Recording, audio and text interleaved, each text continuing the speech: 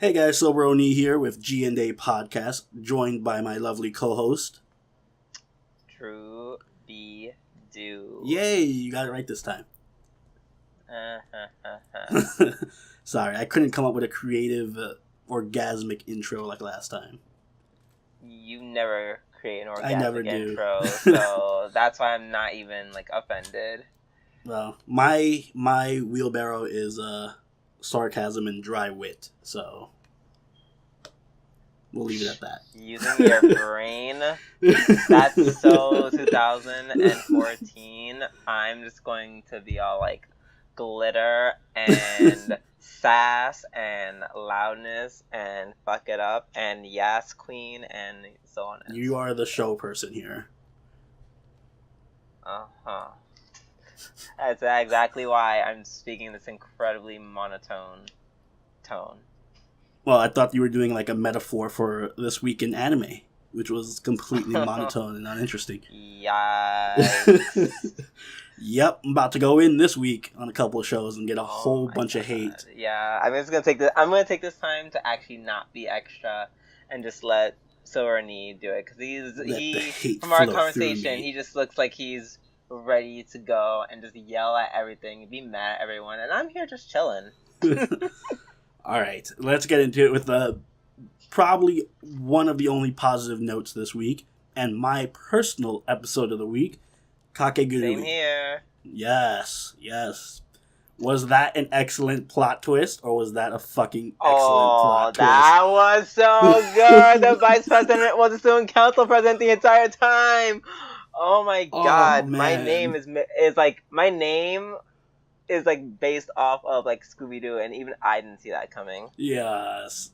I loved how Menudo's, or whatever the fuck his name is, his reaction was still on point. He was like, huh? What? He broke character several times.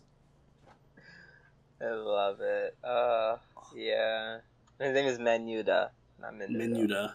I'm gonna just keep calling him Menuda. Menuda. Good. I don't have to call him that anymore because he's pretty much written out of the story at this point. So I don't even have to memorize his name. Yeah, this is pretty much great. I love Yumiko literally did the most by not doing much at all. Yes. How awesome was... First off, I think there were so many favorite parts of this episode. This episode was the perfect example of why the show is just... No one did anything. If you actually look at what happened in this episode, it was one bet. About half the episode was them just raising each other. Yep. And yet, this was the most action-y, over-the-top, insane episode of the series. The scene where... essentially. It's like that scene from can't believe I'm saying this. Death Note. The scene where he's walking with some woman. Oh, when he's it was 2 episode long arc where he's trying to get her name. What was it? Yeah. It was somebody, Naomi Campbell. Naomi Campbell. Oh, wow. Right. Whatever. Her name was Naomi Misora. I got it confused. Sorry. I'm surprised you remember her name. Yeah, I'm a Death Note fan, unlike you. Huh. Well. Yikes. But, yeah, it was very much like that episode where just, not much was happening. But, nothing happened, but yet it was so incredible to watch nothing happen. My favorite part was the scene where what's her name, bites off her nails. Oh, God. Why? That was, that's easily my least... No, only it's because... not that I hated it, I just thought...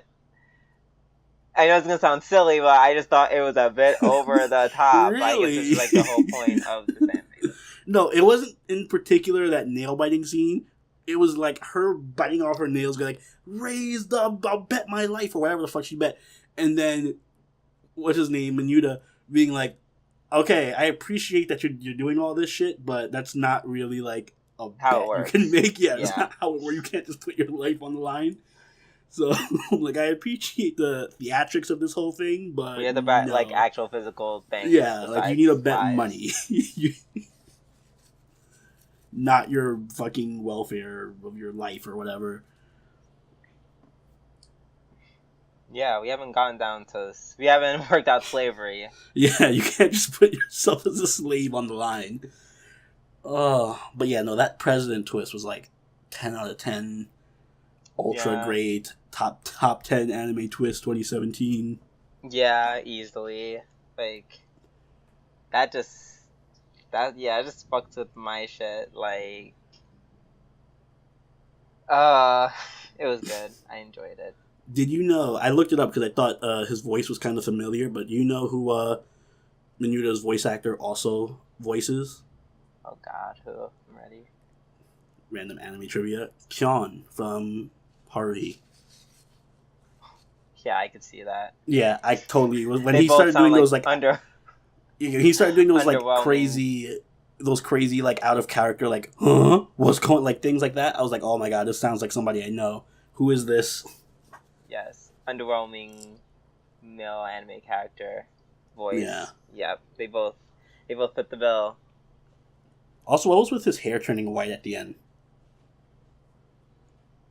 I don't know. I don't know at all. That was really weird.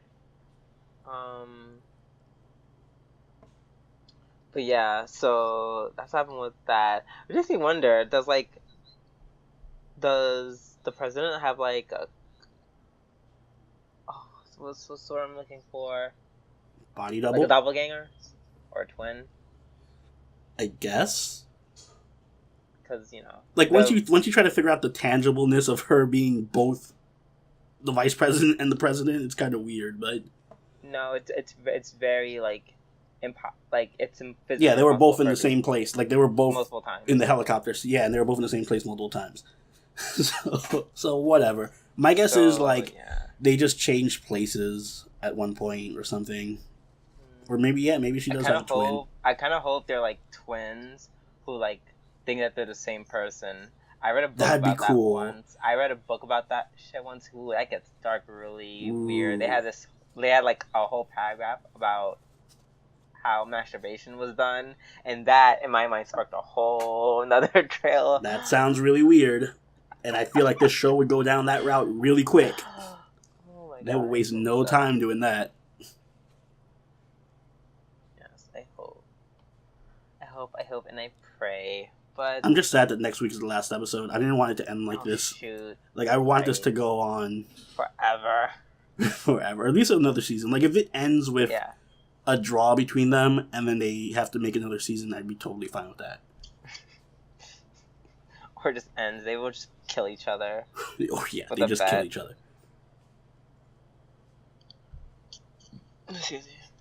I also had a theory that the president was secretly helping out the school. Like, her job is to, she's trying to free people from the destiny that they have, like, forced upon them. Like, it's obvious that this dude was, like, in his flashback, he didn't want to be a financial, whatever, treasurer. He, like, had a book about planes and being a pilot or something, so I'm guessing maybe the president's a good person, and she's, like, trying to force them, like, oh, you can sign your life away, so now you don't have to be a financial person. You can go pursue your dream of being a pilot. But I feel like that's not the case. That's just wishful thinking for me. Wow, that is like... Wow, have you been watching this anime? No, I know. I'm so shocked that we're going to shock you all by going from Kakegurui to Zorani's favorite episode of Fate Apocrypha. I was trying to avoid this. I'm going to get so much hate from everyone on this one. I hated this episode. Go ahead, Zorani. Trigger away. Yes. Okay, so Fate Apocrypha, this episode. It's not that the episode was, like, not entertaining. It was fun to watch. It had a good action scene. Yeah, it was fun to watch. It was more entertaining than the other couple episodes, I'd say, because it had some good fights, and a lot of the characters got their dialogue in. Atlanta got some dialogue in, which I appreciated. All that's nice and dandy and fine. But you remember, like, for the past couple of weeks, how I was saying, oh man, after they do this big-ass battle, there's still, like, 12 episodes left. What are they going to do for the next 12 episodes? What's going to top this fucking huge-ass battle royale? And then they do oh, well, you can use Vlad can turn into Dracula and make an army of vampires. You can make a whole fucking, like, this whole anime, all 24 episodes, could have been that subplot. It could have been Vlad has a fucking army of vampires and we gotta team up to kill these vampires. What do they do instead? Oh, Vlad can make an army of vampires, so he's gonna turn these 3 random fucking homunculi into vampires. They're gonna die real quick. And then Vlad's just gonna die off in one hit from Shiro. That's it. What was the point of any of it? What was the point of Vlad using his noble phantasm if he's just gonna die this episode and pose no threat to anybody ever again?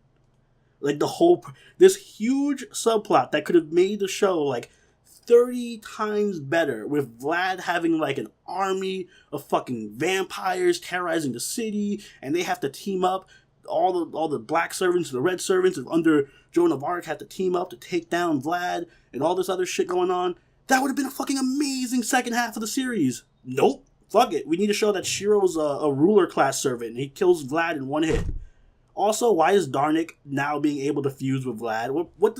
What purpose does Darnik fusing with Vlad serve? Vlad could have just killed... If he was going to die that episode, they could have just had Vlad kill Darnik, and then Vlad get killed by Shiro. Why is there this, like, fucking Digimon fucking fusing aspect all of a sudden in the show that serves no purpose other than to fuck with the lore? That was my problem. That it was a really, really good plot point that could have made the series so much better that just got thrown away for no reason. I get what you're saying, and I do. But I don't think I could do the whole vampire thing for the rest of the season. Like, if I just want to watch a good vampire thing, I would just watch Buffy. Sorry. But that would have been so interesting. Like, all right. No. Hear me out. I would agree. For a few episodes. If they all right, not like that would be cute. That'd be right. For a whole second 12 half, episodes of fighting. I can be. If it leads up to that, I think it'd be good. If it was like, let's rewrite the story real quick. No, because then it's everyone against one. No, it wouldn't be. That's what I'm saying. It wouldn't be that. It wouldn't be that. If you wrote it the way it was, like, actually confidently supposed to be written, for example, Black Team loses that battle, that huge battle royale. Black Team loses. They retreat. Red Team has the Greater Grail in the fucking Flying Fortress. Darnik then has to go talk to Vlad about, hey, we lost a couple servants. We don't have a castle anymore. We don't have homunculi anymore, so we're running out of mana. Why don't we use your Noble Phantasm to make it even? And then Vlad could have his whole fucking little thing about, oh, fuck you, I'm not using that Noble Phantasm because I'm too proud to do that. And then that could have been a thing for a couple episodes. They still have their Black Team squad going through their shit. Then he can make Vlad use his Noble Phantasm to create an army of vampires, but that creates conflict within Team Black, and then they could just switch sides and have, like, an internal conflict between, because I feel like Astolfo and Chiron wouldn't go along with army of vampires, but I feel like Jack would be totally cool with that. So, I don't know. It could have, and whatever the dude's name, the caster, would totally be fine with that too. So, I don't know. And I feel like some people on the red side would be fine with that. So I feel like it would have been a good opportunity to, like, shake up the sides. You would have had a actual threat in Vlad instead of a fucking throwaway character. I don't know.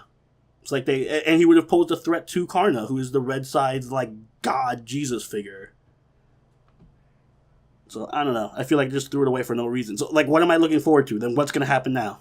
What's the big threat now?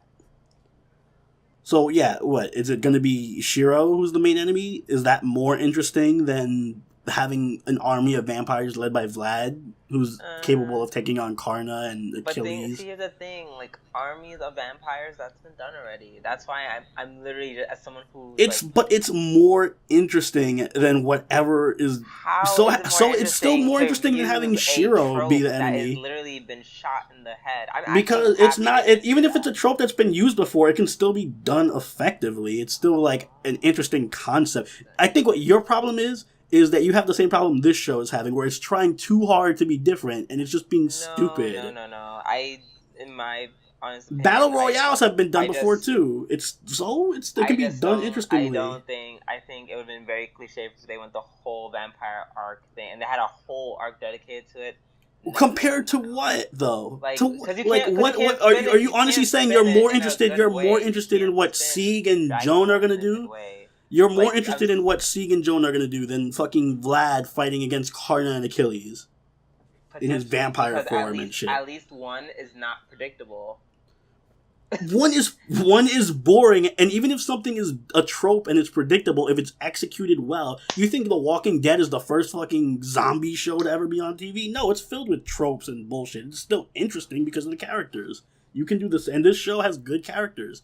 It doesn't have to just be like, here's a fucking army of vampires I'm throwing at you. No, they could have went into Vlad's past and all that shit and made it more about the characters. And the zombie thing would have just been, or the vampire thing would have just been interesting. It would have been interesting, yeah. I'm just saying, this was a more interesting plot point. Having Vlad be a super vampire that can fight against Achilles and Karna is more interesting than now having, I was secretly a servant all along. Let's make this clear. Like, he can survive against it. Fighting them is a bit extreme. Well, Chiron knocked... They kind of, together, they beat his ass pretty badly. Like Vlad? No, not when he was in vampire mode. Yeah, they were. And he regenerated. It would have been and like... And then he ran. First off, Achilles didn't do shit. Achilles had to be saved by Chiron. He would have been killed. And Vlad versus... Like I'm saying, if Vlad were to, like, bite Achilles because Achilles is so prideful he got himself stuck in a trap or some shit, and then Achilles swapped sides and had to fight Chiron, and I mean, like, that would have been more interesting, or had to fight Karna. There's more potential in that storyline than there is in Shiro being the obvious bad guy, which is, you talk about tropes, that's like the most obvious thing since episode 1, that he was a bad guy and that he was a servant. And like, this is definitely not unpredictable. I did, but I didn't know he was a servant. Like, I mean, I knew because of Fate Granddaughter, but I also but I don't think there were like so many. I didn't think there was like a fuck ton of context clues. Well, the whole fight with Fran was kind of a big clue. That means nothing. He is not the first servant to fight. He's not the first master to. He wouldn't be the first master to fight a servant. But even then, like, the reveal isn't that amazing either. It's not like there was not weight to it because there was more hype around the Dracula thing than there was around Shiro being a servant. It's like I feel like you're a servant. Who cares? I feel like just like I'm biased, you're also biased because you can't say the reveal wasn't that good. Who cares? He's a servant. How does that change anything? You already knew it. Of course it's not good for you. Well, even if I didn't know it, it still would have lacked impact because I'm more interested in Vlad's storyline now than I am in fucking, Shiro's a ruler class servant. I don't know what the implications of that are. I will admit that they could have maybe had to go on for like an episode or two tops longer. I don't think, like, I don't know, for me personally, I'm just saying I just don't want this to, like, not be focused on the Grail War. I want this to be all about the Grail War. It would have been all about the Grail War. It would have been about Vlad leading the black side in the Grail War. Way. Like, it's like, okay, we have to stop the Grail War, but also we have to stop him. Even if he wasn't going for the Grail War, we have to stop him either way before he makes his army and everyone's... But that's what it says anyway. This is never going to be about the Grail War. You know, no matter which route this story... That's my other problem with the series. It's trying not to be Fate Stay Night when it just needs to be Fate Stay Night. Like, it's setting up all these stupid plot points like, oh, well, actually, this isn't about servants fighting masters. This is going to be about a love story between Sieg and Joan and the Staff. Like, I don't care about any of this shit. I want to see servants fighting servants. And if they had done Vlad leading the black side as a tangible threat to Karna and Achilles, and they fight each other, that would have been an epic fight, rather than having Vlad just die the episode he shows up. That's dumb. Like I said, I agree with you that they could let him live longer. Do I want a whole thing about Dracula and his siege of vampires? Absolutely not.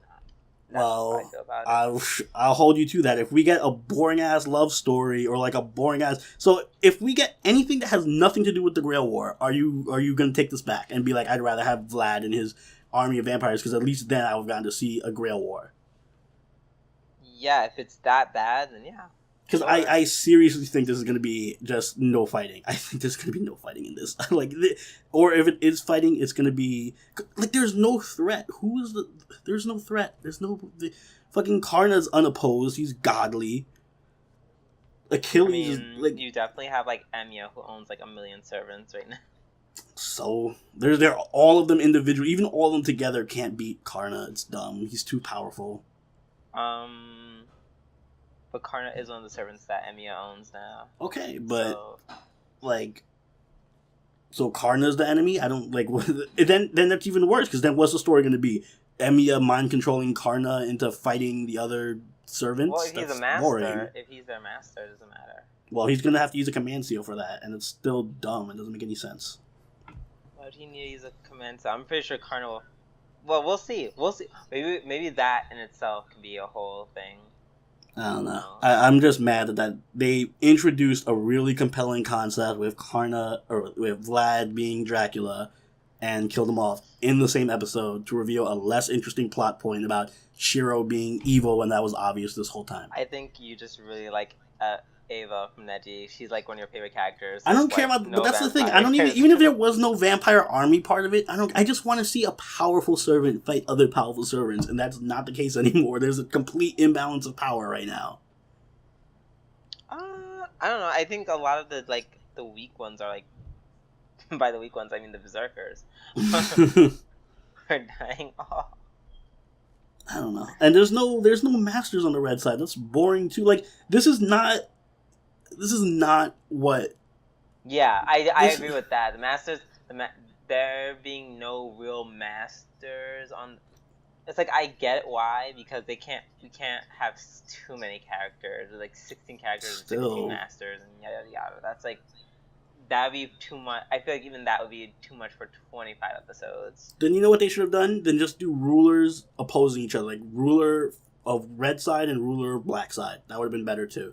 Because this is I feel hey, let's do this whole story right now is let's do a Fate Stay Night Grail War, but let's be different. Let's not have servants fighting with masters against other servants and masters in a battle royale. Times. But that's happened for the past few episodes. No, it has not. It happened every time it does happen. It's really interesting. When Jack fights Mordred or Chiron or Achilles fights Chiron. Those are the best parts of it. But anytime it's what about Vlad fighting Karna, which he did for that was great. That was great. And then what happens? Okay. Now Vlad's a fucking vampire and he gets killed in one hit by Shiro. They tried so hard to... There's a lot of servants. The Spartacus fight. These past few episodes. And this entire series. Actually, in this entire series, I will argue, this has been one of the series where it's been very...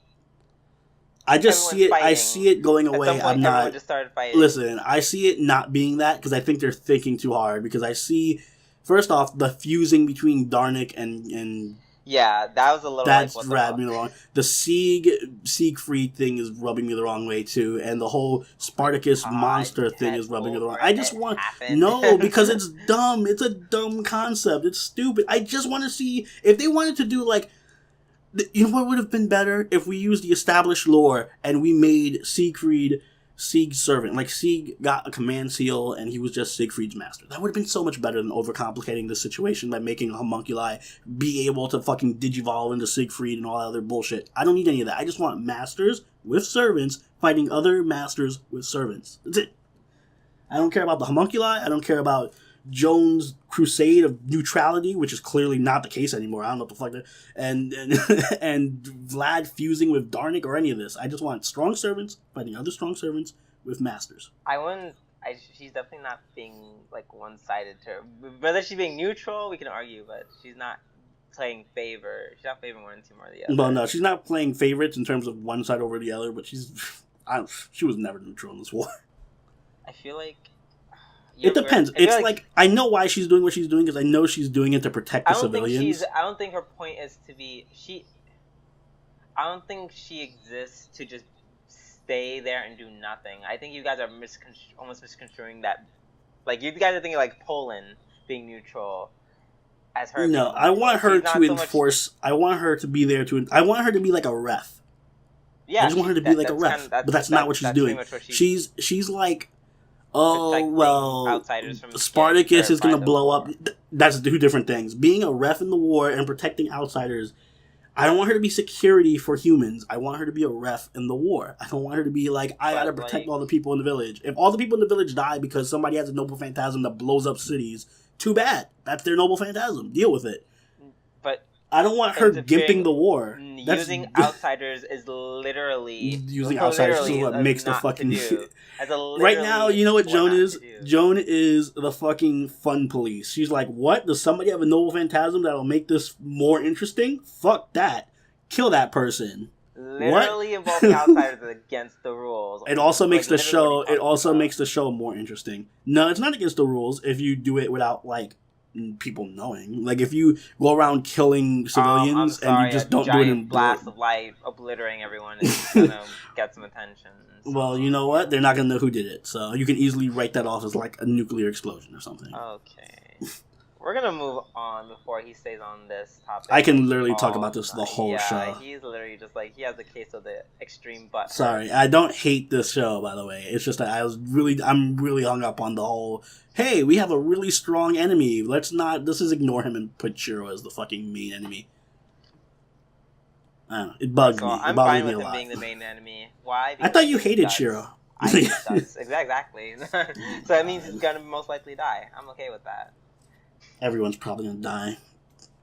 Probably. Except Sieg, because he's the main character. But you know who's not dying? The cast of Hajimete no Gyaru, because it's over. Yeah, only 10 episodes. It was a good show. So, yeah, the beginning scene was good because Junichi's actually, like, fighting him, unfortunately. Like, that was actually a better fight than I thought it would be. Like, I didn't expect it to actually evolve into a fight. I thought it was just going to be, like, name-calling and then him saying something and walking out or something like that. Yeah, but they did the normal douchebag route, which was, like, kind of, like... I would have liked if they, like, fought, like, actually, like, fought one-on-one. But no, the first moment, oh, God, I can't win. So here are all, like, 10 guys. And he was a douchebag. They try to have that air of being a bad... Like, oh, we're still bad. It just took 10 of us to subdue this. Well, that's kind of how it is with douchebags. I'm like, I don't understand how that makes you feel strong or powerful. Okay. Anyway. I will say they went overboard in portraying the dude as like a huge asshole. Yeah, they went a little bit too much. But like, I mean, I'm not expecting accurate representation of people from Hajimete no Gal. Yeah, he's like a semi-rapist or something. Like. Seriously. Think of your typical douchebaggy asshole who's like supercharged on rapiness and creepiness. Yeah, exactly. Like if that old geezer from down the road who looks a little too long at your sister's short skirt and combine him with like the douchebag jock from like on the JV football team, and you get this guy. Yeah, but. I think the rest of the episode was fun. I mean, it did feel a bit rushed towards the end with the whole date. Like, I wish that was its own separate episode. Yeah, I wish that was like its own episode. Absolutely. I love when Renko gets involved, and I love how she just like she doesn't do what I hate happens with protagonists. Will let the antagonist go like, oh right, not you learned your lesson, whatever, and then she's like, nope. Ranko's like, nope, I'm gonna fuck you up. Yeah, no, she's great. Like, the whole cast is really good. I love the supporting cast in the show. Yeah, Ranko really rose for me. Just because I want to see main characters be more awful and just beat people up. I don't know. Maybe that just says more about me than the show. Who knows? Probably. Minori's Lolly Chivalry came out. And then that was fun. Hulked out. Like, I love how they kept that happening to the very end. They were consistent. That's one thing I liked about the show. They were very consistent. Yeah, they definitely kept everyone with their notable traits intact. Yes, even in the serious moments. Yeah, I'm glad it didn't go overly serious, too. Like, I felt like there was a little bit too much melodrama last week, so I'm glad it took the more lighthearted route. Although I am kind of mad that Yame didn't apologize for her part too on being a little bit childish on, the whole thing last week. Yeah, because it kind of just painted Junichi as being the only problem in there. Let me tell you, if one of my men tried doing that to me, it would not end as well as this anime. It would probably end more like Fate Apocrypha. And hey, at least we got a kiss scene. That's saying something. They finally kiss. I mean, it's one of those things where it would have been cool if, like, they would just kiss sooner in the series. That's just how I feel about anime in general. Like, yeah, I'm sure if they... That's the thing. But with harem, well, I don't know if this would really count as a harem. This was more like a comedy, like a romantic comedy. Harem. Yeah, but... Yeah, no. These types of shows usually don't focus too much on romance. Yeah. It's more about the comedy and the cast. Yeah, agreed. Final grade for it? Oh, man. I was conflicted on this one, because I'm like, it was a good show. It was an above average show. But how much above average? Do I want to give it and it's going to sound low, but... I think I'm gonna do a 5.5. Wow.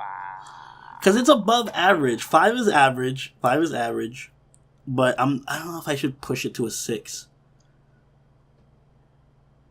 Wow. Convince me to push it to a 6. Like, besides it, like, I don't know. I mean, I feel like if it was longer... I'm gonna give it a 7.5.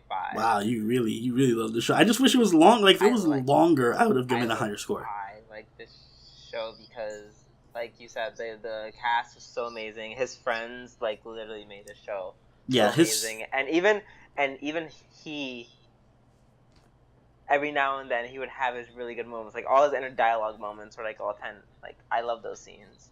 Yeah, it was a fun show. It was above average. I liked the cast. The cast was great. All of them. His friends, his love interest, Yame. Like, they're all good. It's just, it needed to be a little bit longer. And there were, like, a couple of episodes here and there that were like, Fine, I'll give it a 6. I'll push it up to a 6, just to be more generous. Because don't push yourself. No, if anything, this is for his friends. I really loved his friends. So... I felt that they were fun enough that I can give this show a solid 6.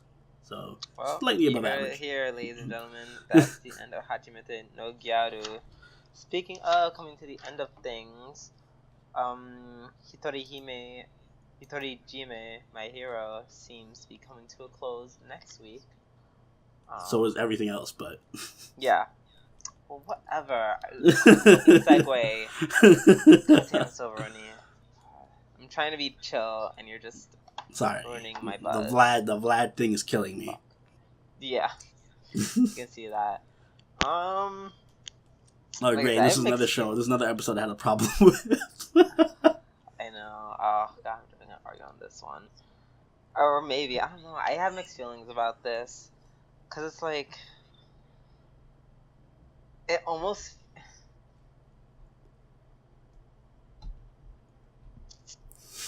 Like, I don't know. It just felt like it was just like a continuation of a last week's episode, and it's like everyone's just like, well, until the end. I was gonna say, I don't know. I want to say Sadagawa is overreacting, but I feel like. He's very much overreacting. It's super overreacting. Like, this is the definition of melodrama. This whole arc could be wrapped up in about a 2-minute phone conversation. Yeah, they're just soaked up. Oh, but that's... But you weren't a teenager in love with his teacher. Oh, so... but this is even for that. Like, here's the thing. If they took that angle on it, like... He got caught with his teacher, and now he's, like, really feeling guilty about it and all that stuff. Yeah, like, but I feel like... That would be more interesting than this. So, like, it seems just, like, so... Everyone's just internalizing themselves into pieces.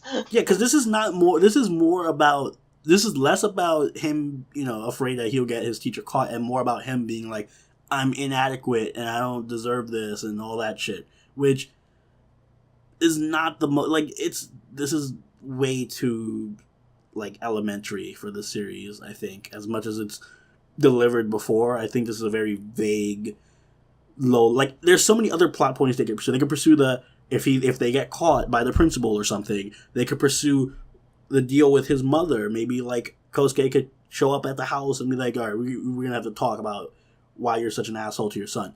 Something like that. There's ways to make the show more interesting than just Setagawa overreacting and being like, oh, I don't want to make a hard decision and I don't feel like I'm not adequate enough and all this shit. And I'm dragging him down.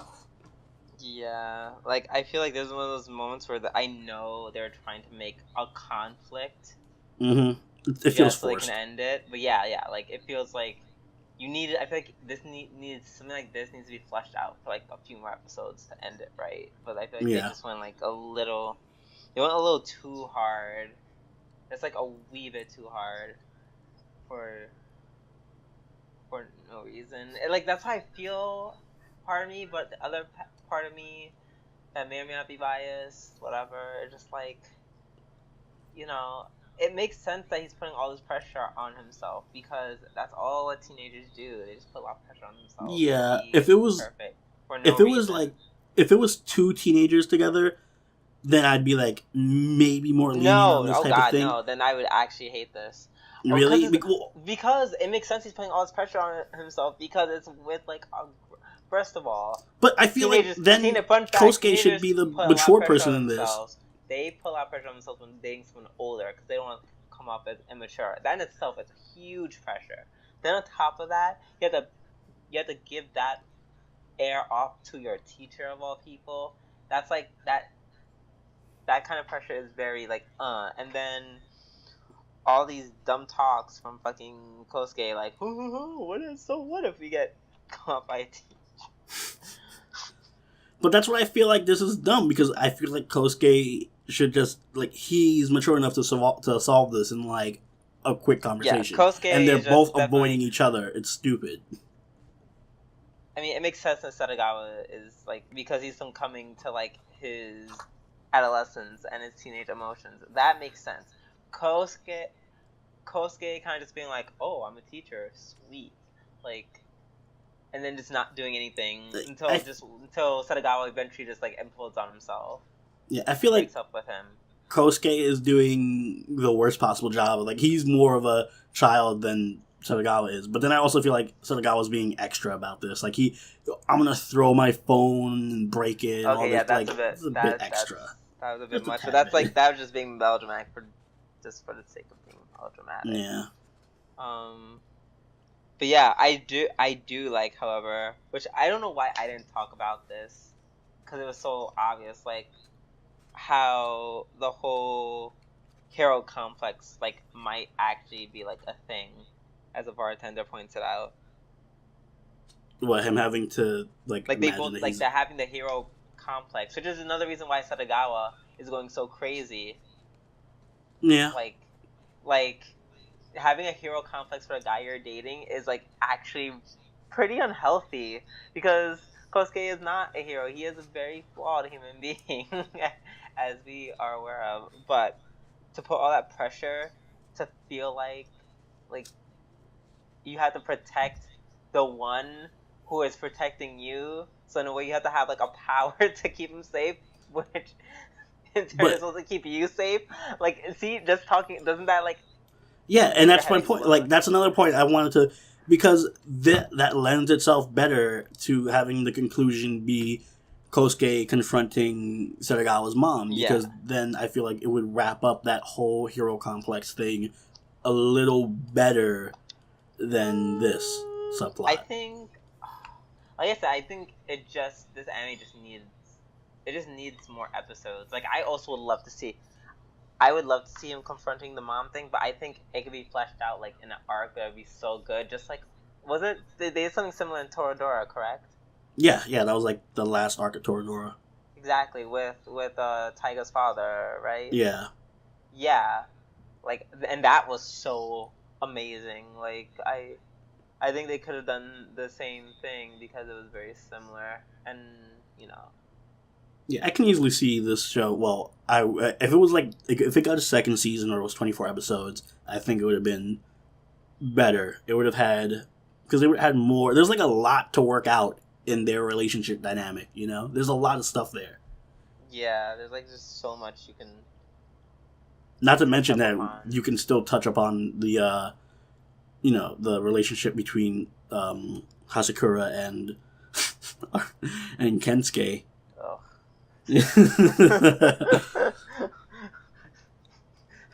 I don't know. There's just like a lot of stuff there. There's a ton of meat on the bone. So yeah, they literally like I can see like making like 3 seasons, just going through everything, them finding out, them with the. He still has what happened with his gang? The one dude, that crazy dude who might have feelings for him from his gang. The guy in his group of friends who might have feelings for him. There's like a lot of, there's so many things. Because there were just so many things, and I think they just try to like put the most in as possible, just cram as much as they can, and it kind of just went like a little. Like I understand, and I really do like the finer points of it, but like just Kosuke's behavior this whole series has just had me like perplexed. Like I'm like, do you really want? Are you actually taking responsibility for this kid, or are you just kind of saying that? Yeah. Because right now, Setagawa is the one who broke up with you in an attempt to protect you. Like, what kind of fucked up shit is that? And that like your younger boyfriend is trying to protect you and your job as a teacher. That's why I personally just love Setagawa, because he's just so like. I want a child like him. I want a child like Setagawa so bad. He's just so considerate. And also very melodramatic, but. You know what? He's only melodramatic because he's dating currently the love of his life. So, you know, I will give him that. Yes, was the whole thing overly melodramatic? I would be fine if it, like, meant something. I think that was my main problem with it. Like, all this melodramaticness, like, I feel like it doesn't really mean as much as it can. Because, like, okay, you guys were fighting, and now you guys are, like, breaking up. Wow, I didn't come up with that expression for some reason. But, like, they're just, like, random things, like fucking Kosuke just walking out of the car in the rain with a cigarette, and like, why? The fight with Ken and Hasakura, him staring out in the rain for all day. Why? Like, yeah. Like, I think the only time, if they moved the bartender scene all the way to the beginning, this whole episode would have been saved. This whole episode could have been so good, because that would have made sense, right? I guess, but then why would he be there in the first place, though? What? I guess so, but like at the same time, then you would need a reason for him to wander into the bar. I think I have to niggle that out. I'm just saying, like, that conversation with the bartender, if that would have happened in the beginning, then, like, everything else could have been justified. Like, why, like... But yeah, it's neither here nor there. Let's move into something that makes us happy. Yes. Centaur no Nayami. I'm curious what you thought about this episode. At first, I was going to be like, oh, this episode kind of sucks. But then... I don't know. It was just... It wasn't, like, anything amazing. It was a chill episode. Like, it was a very chill episode, and it was really weird. It's like,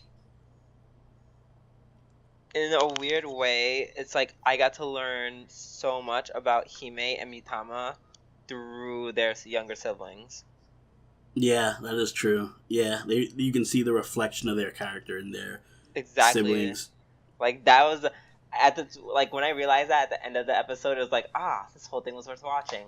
Like, yeah, especially with Hime's little cousin. Yeah, like, she was right out of she was like right out of the page right out of the book from Hime in terms of like her sisterliness and warmth and intelligence. Although I don't understand what the fuck did, like, when did Hime become a little encyclopedia for like plant flowers? taxonomy? No.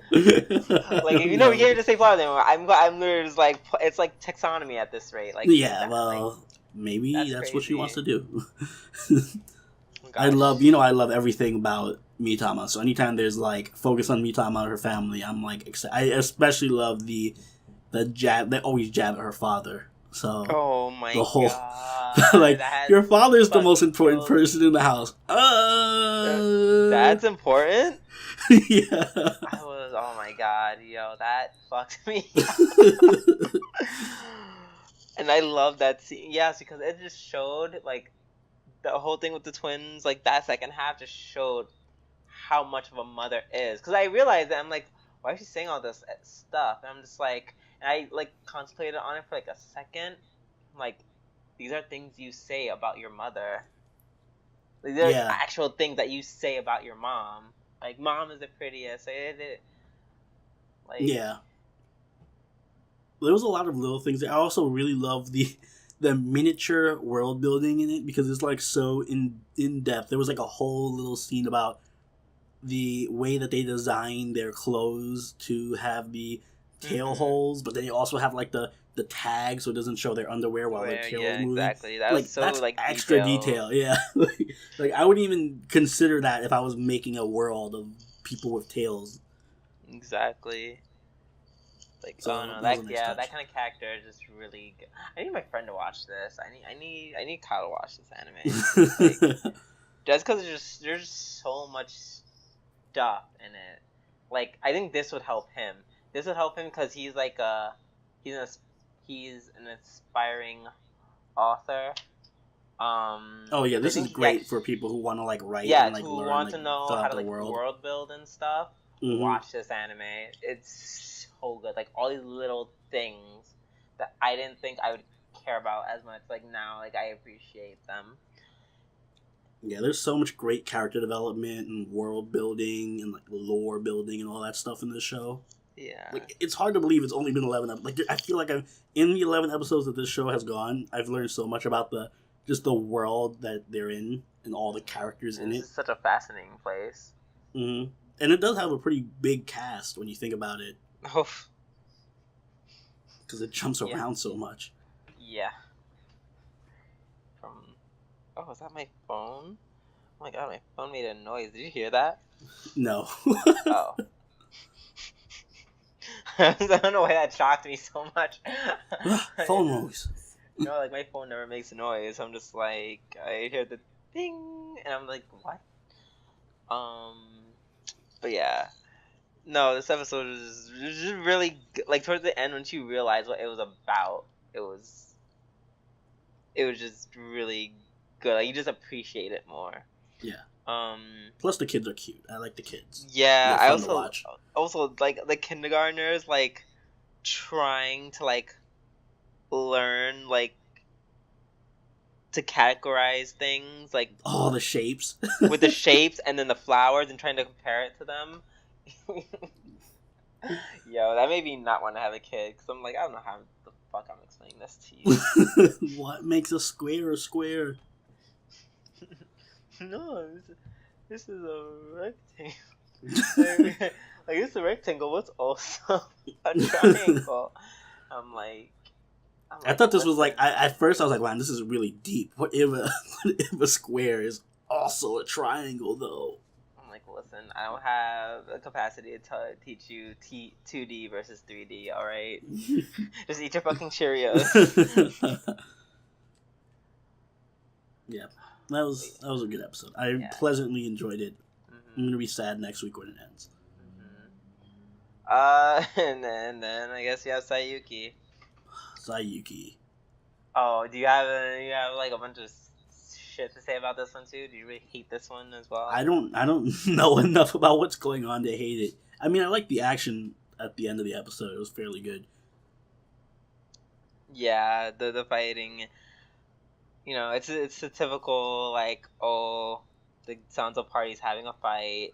And he sorted out amongst themselves. Oh, excuse me. I guess if you don't, I feel like you would know if you saw it, but like essentially, Gojo, like they're worried about Gojo turning demon, and Gojo's like, screw this, I'm still fighting because I came all this way. So, and then Hakai. First of all, I don't know why they're all blaming Hakai. They need to get the fuck off Hakai's dick. Like, chill. Like, I don't appreciate the whole blaming Hakai for starting this fight. Yes, he did start the fight, but it was out of concern for Gojo's life, so. Yeah, I think this is like the first time like Gojo and Sanzo like actually fought each other, like actually got into a fist fight. And you're probably wondering, why is that a huge thing? That's because they spend a lot of time yelling at each other and being angry. But I never saw them like come to like fisticuffs. Well, doesn't Sanzo just shoot him? Yeah, but it's, it's guy stuff. It's different. I don't know, no, it's just like guy stuff. Like, there's like, you have to fight it out. Like West Side Story. That bonding through fighting thing that happens. Exactly. So that's pretty much what happened for like the first half of it. But yeah. To me, the far more interesting part was the second half. Well, that's because I have attachment to these guys. So fuck you. Also, I have attachment to the fighting. I appreciated that Hakai. Like, I don't know. I just like him because he's just so like, even though he's trying to be all like badass and vulnerable, like he's trying to be all badass and cool and calm and collected. Like he admitted, he's like, I don't want you to come because if you go berserk, like I can't bring myself to kill you. And then Goku's gonna try to kill you. Not Goku. Then Sanzo's gonna try to kill you, and I don't want him to kill you either. So I just had you not go. I don't know. I just thought that was very sweet. And then they all made out with each other.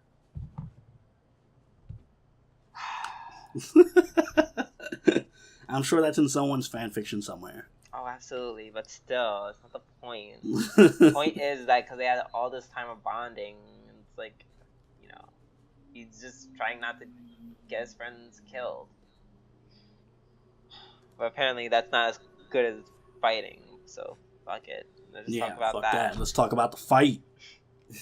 Let's talk about Nataku blowing shit up. Yeah, Nataku comes in on a group of like demons who have not been affected by the wave.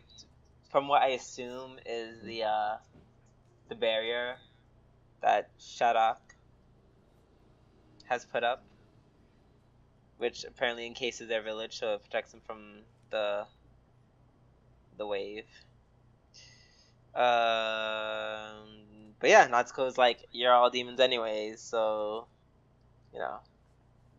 die. Also, he's overpowered. Just a bit. He's a war god. Wow. Doesn't mean you have to be overpowered. I feel like during Goku's flashback, he wasn't that powerful though. He was okay. What are you talking about? He soundly beat everyone up.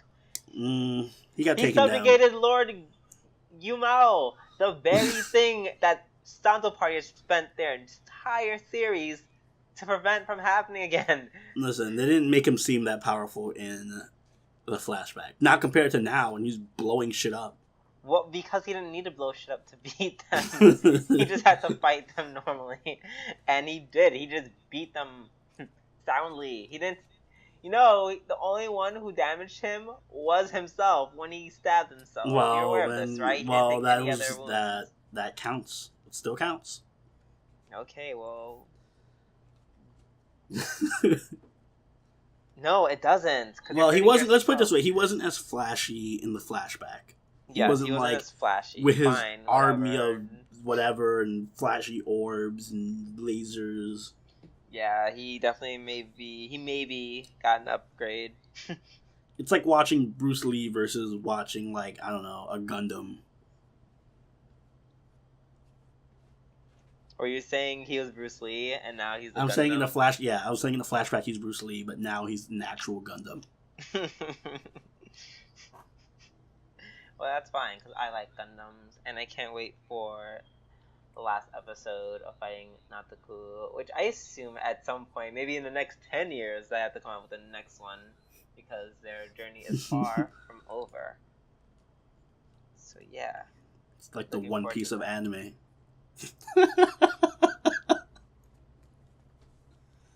Like, I want to be offended, but like One Piece is actually like a decent anime. God, when's the One Piece Saiyuki crossover? Never. I'm assuming. No, I've heard a lot of good things about it, as opposed to Naruto, where everyone's just like, "Oh, I like Naruto because it all comes back Date to Naruto. Bayo," like, or always comes back to Naruto. God, for you, Naruto. Anyways, Boku no Hero. Speaking of Naruto, let's move on to Boku no Hero Academia. Oh yeah, right. Speaking. So this week in this also the tune-in exams. Well, kind of. The fights this week were I'm glad that they added more to the they picked up on the Uraraka fight with 13 and crazy French dude. That was so good, and that's so cool that she won and how she won too. Yeah. She's like, my CQC is kicking in. Yeah. Like that one flashback. Oh wait, I trained for this. I'm also glad she had her cute moment where she's super aware of her feelings for Deku now. So that was really cute. So I think they should definitely do a Hero Academia and Fate Apocrypha crossover, or just Urara versus Kiron. Can we summon All Might as a berserker? Urara versus Kiron. Somebody do that. Make a mashup of Uraraka versus Chiron. Exactly. I love the principal just being an insane. Oh my God. The intro to his quirk was so funny. Yes. Also, his quirk is kind of overpowered if they flesh it out. It's so vague that because it's so vague. No. We are not going down. If we do Magical Girl Raising Project exactly, rules. I was like, that's exactly where you were going. I'm like, no, we're not going down this direction. There is a limit. Depends what limit they want to put on it. It's one of those abilities. Just it could be overpowered if you want to take it that way because it's vague. It has no real. He's super intelligent. He can predict outcomes. Well, if he was that intelligent, he would have seen the villains coming in the first season. So. Oh, burn. Maybe that wasn't a burn. I'm just saying. Maybe he did. Maybe he's actually the super. If the he super was villain. Super villain. That would. Oh my God, that'd literally be the Student Council president. Well, he had this motivation. They said he was experimented on by humans. So. Oh my God, I'd literally just jump out this window. Crackpot theory, yes. And the Mineta fight was good at the end too. I like the present Mike fight only because I forgot about that one. That was actually one of my favorites because they hardly talked about Coda. Yeah, he got some good development. Also, I relate to him because I also have a fucking horrible fear of bugs. So props to him for overcoming his fear. And also, my condolences for the Mike dude. Present Mike. Yes, I would. If that was me, I would have just used my ability to blow my own head off. That would have been. Yeah, so Ernie really dislikes bugs. He's I can't stand bugs. Cat. If I saw those bugs crawling on my leg, I would chop off my leg. That's exactly how you know that we're different people. Because growing up, I actually was that kid who would secretly play with bugs. No, I did that too. Actually, I had a bunch of toy bugs, and I would go to the park and look for bugs and ants and stuff. I don't know when I developed this crazy fear of bugs, but I have it now. What do you? Oh, okay, so clearly it wasn't that. While you were just playing along with your stupid little doll, I was digging out weeds, and then that's when all the worms would come out, and then I would they would Well, in parks, I would overturn rocks and stuff. And then I would scare the shit out of my mom, just like running them up and like throwing them at her, kind of. I don't know. I guess it might be like I have a fear of bugs when they're in my house, but when they're in the outside in the wild, I don't care. I don't know. Okay, that's fair. I don't want them in my domain. Yeah. The Invisible Girl fight was very like. I don't want to say disappointing. It was funny, but it was cute. It was a cute fight. Like I'll take it only because it was funny. Because at the end, he touched her boob. Even though she's like, it's funny that she's literally just an invisible character, but she's still very fun and likable. It was very funny. I did feel like this was just a collection of like the vignettes of little fights between the teachers and the students. So it wasn't really like super intense or anything like that, but it was a fun episode. Next week's gonna be crazy, but for now it's fun. Oh yeah, because Bakugo is just ready to work alongside Deku. Here you go. How much you want to bet they're gonna start fighting each other at some point in the fight? Oh yeah, I can see it. I give it like maybe within the first 10 minutes. Yeah. I'm looking forward to that fight. It's gonna be a fun eetsode. Alright, and then let's move on to our Speaking of fun episodes. Netsuzou Trap. Wow. After a talk with Takeda, Yuma finally realized I didn't know that they weren't dating. She's in love with Hotaru. Whoa, big reveal. I didn't know that they weren't dating again. Like, are they just... So they resumed being friends. They're just friends. Okay. I thought that they were dating again. Oh, God, no. I was like, wow, they really have a very open dynamic to their relationship with Taka being like, oh, you should tell the person you love them. And no. And I hate what Hotaru is doing, by the way. Like, this whole... She knows she's leading Yuma on, so... Yep. She's trying to do that thing where she's trying to get Yuma to forget about her. Yeah, which is stupid, because she knows that's not going to happen. She needs to, just decisively say something. Like, stop being so coy about it. Yeah, you're actually just hurting your friend for no reason. Yo. How can, speaking of hurting your friends, that ending with, I felt so bad. Like, I had one of my moments where I'm like, oh shit, I'm a horrible person. Because, like, you heard the banging when Yuma was at her desk and you just hear, like, the thump noise against the wall. I'm like, oh shit, she's gonna walk in on them fucking each other and, him banging her against the wall. And then when she walks in the room and you just see her with a black eye, I'm like, oh, thank God, he just hit her. You know what? No. I said I was gonna be chill, and I'm gonna be chill. But your vigorous support of...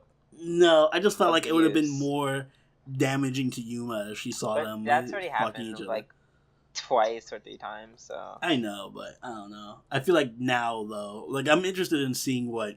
No, I'm not. I don't know why I'm lying for it.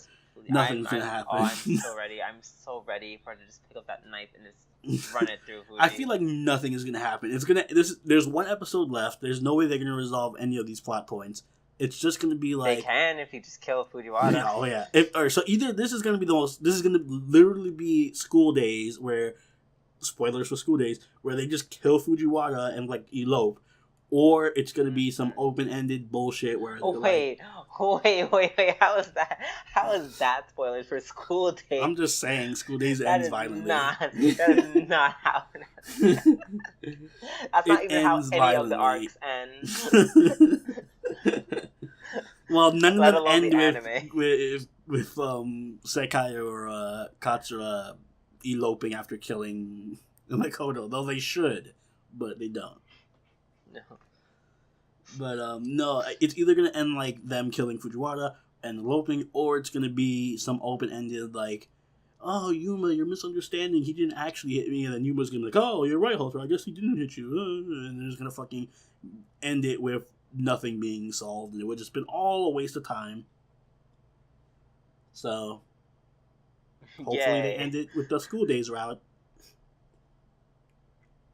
Ugh, I hope not. You know, now that I think about it, School Days would have been a great, if it was 15-minute episodes or 9-minute episodes or whatever, I think it would have been a lot better. as a series.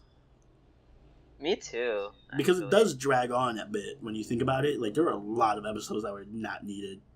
Yeah, there's like, everyone's slowly getting crazy, and then Makoto fucks bitches. Like, yeah. Like, that could have easily been condensed into, like, a 12 episode, like, 9 minute, 10 minute, 12 minute episode series. Yeah, agreed. Alright. We done? This is your cue to send us. We done with that? Alright, guys. Thank you so much for listening. And please, if you did enjoy the podcast, leave a like, comment, and consider subscribing because we always love hearing your guys' comments as well. And do you have anything to say?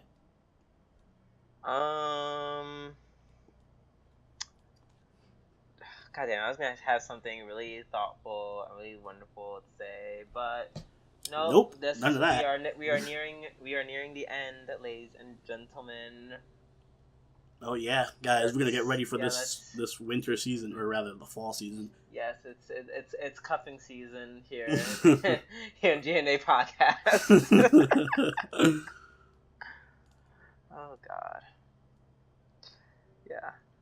Sorry about that. Without further ado, we are signing out. Later. Bye. You were mad late on that. Bye.